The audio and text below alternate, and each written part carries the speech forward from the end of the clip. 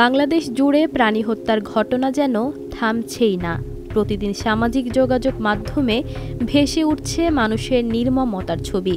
ঠিক তেমন দুটি ঘটনা সাম্প্রতিক সময়ে দেশজুড়ে ব্যাপক আলোড়ন সৃষ্টি করেছে।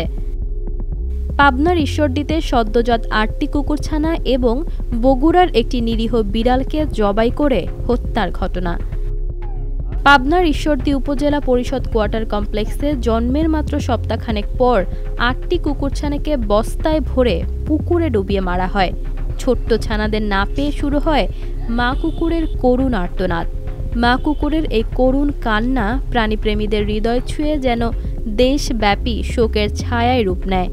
এই ঘটনায় অভিযুক্ত নিশি রহমানের বিরুদ্ধে মামলার পর তাকে গ্রেপ্তার করা হয়।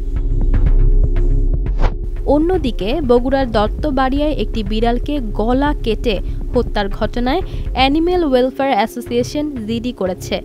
আদালতের নির্দেশে পোস্টমর্টেম পর্যন্ত করা হয়েছে এবং অভিযুক্তের বিরুদ্ধে আইনি প্রক্রিয়াও চলছে। এমন অবস্থায় অনেকেই প্রশ্ন তুলছেন, মালিকবিহীন এসব পথ কুকুর বা বিড়ালকে হত্যা, নির্যাতন, আঘাত করলে আদৌ কি শাস্তির বিধান আছে কিনা।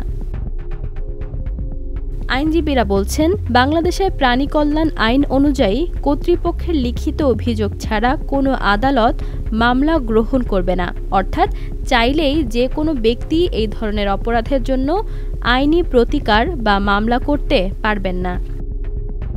২০১৯ সালে প্রাণী কল্যাণ আইনে বলা হয়েছে, প্রথমবার প্রাণী হত্যার অপরাধে ৬ মাসের কারাদণ্ড বা ১০,০০০ টাকার জরিমানা, পুনরায় অপরাধে ২ বছরের কারাদণ্ডসহ ৫০,০০০ টাকা জরিমানা হতে পারে।